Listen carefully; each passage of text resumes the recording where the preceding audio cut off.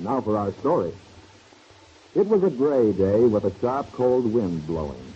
Angry gusts swirled the yellow leaves across the driveway at the side of the Lane farmhouse, and Lefty Larkin's chrysanthemums bent their heads meekly sagging against the fence. But inside the house was cheerful enough. Aunt Mary had been tempted to light a fire in the fireplace, but there was something about having a grate fire in the daytime which always struck her as extravagant, except on special occasions. Besides, the kitchen was warm, and that's where she was sitting. She had the ledger with the egg account spread out on the kitchen table and was posting numbers in her strong, neat handwriting. Then she heard a car drive up. Glancing out the window, she saw David Bowman get out and come toward the house. He looked grave and rather worried. A few minutes later, he was established in a chair drawn up close to the stove. Nice and cozy in here, Mary. Yes, isn't it? I notice I sort of gravitate to the kitchen as winter time comes near. Well, the kitchen is the center of the house. But Sarah wouldn't think of letting me sit in ours. She always behaves as if she'd been invaded if I so much as set foot in it. It's her very own domain. Yes, that's it. David, is something troubling you today? Or is it just this dreary weather we're having? Well, Mary, I didn't intend to come out here looking like the last rose of summer, but frankly, I do have something on my mind. I thought so. I hope it's nothing serious. I'm afraid it may be, Mary. Quite serious. Judge Willoughby came in to see me today. Oh? You know how Hiram is, Mary. As honest as they come. Honest and straightforward. Doesn't beat about the bush. I should say not. That's why he came directly to me about Kit. About Kit? You told him she was back? No, I didn't tell him. But somebody phoned him and the district attorney, General Craig. Told him Kit was over at the Huntsville Sanitarium. You see what that means, don't you? Well, no, David, I'm not sure that I do. The district attorney intends to indict Kit for perjury. Oh, David. But she's ill. That's what I told Judge Willoughby. But it seems the law has to take its course regardless. Not that I'm saying Kit shouldn't pay the penalty for what she did. No, of course not.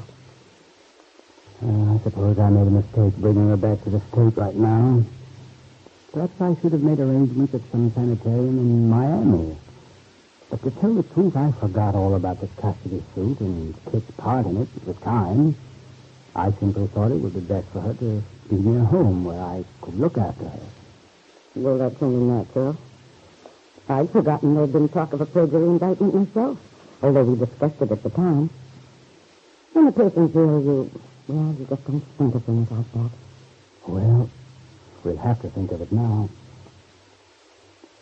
I wonder, David. The fact that the custody suit and all that about Lisa Fenner's baby came so soon before Kit's illness. Do you suppose Kit was already ill then? I mean, she might not have done such a thing in a normal state of mind. Very likely, Mary. Yes, she was very likely already cracking up then. Well, then, couldn't that be pointed out to the district attorney? It might make a great difference. She certainly did behave rather irrationally at times. Maybe the mental breakdown had already started. But it's such a difficult thing to prove, to be sure about. But for her to have to go through a trial right now, surely, David, they could delay it just for a while. From what Hiram said, I doubt if the DA will be inclined to do that. What about Dr. Larrabee, David? If he were to intervene, it might help. No. I'll have to find out just how much power a doctor has to protect a patient in a situation like this.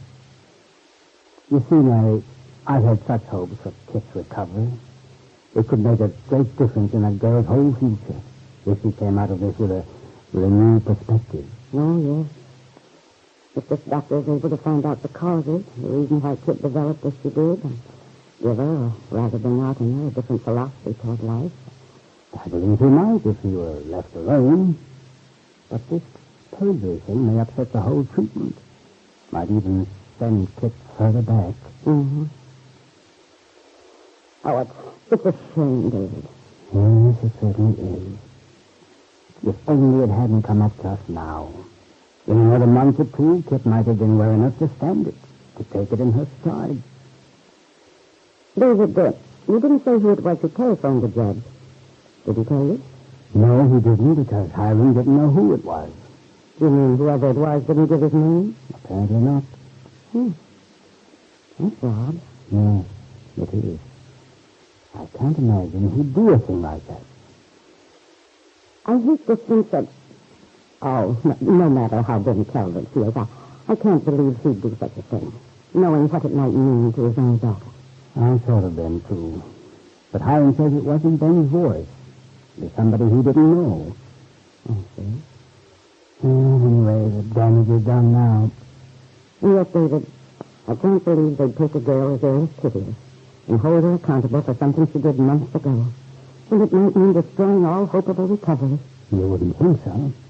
But according to Hiram, there's a big difference between being considered incompetent legally and medically.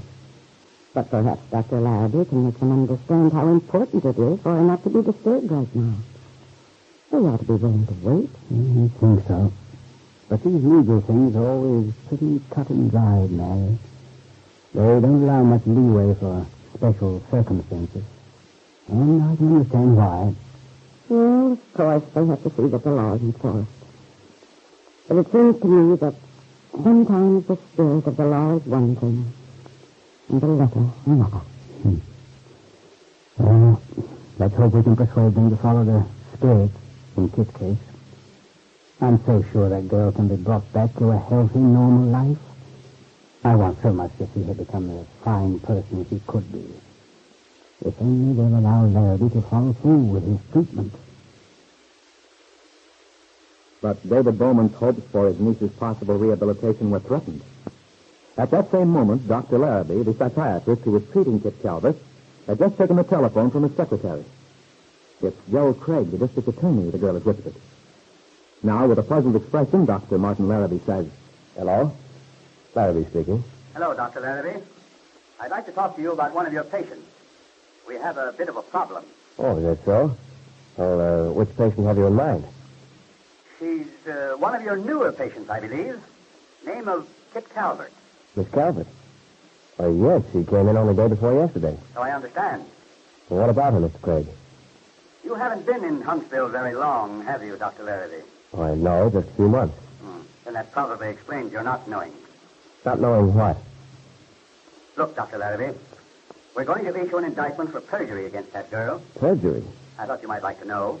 Miss Calvert? Yes. But the girl's very ill. She's in no shape to answer such a charge. I don't know how ill she is, but I do know that she perjured herself up to the hilt not many months ago in Judge Willoughby's court. It was a custody suit. If you like, you can read the entire transcript of the case. But the point is, we were informed she's here in town, and we'll have to do something about it. We've been looking for her for several months. But look here, Craig. Miss Calvert's a patient of mine. She's in my charge after a severe mental breakdown.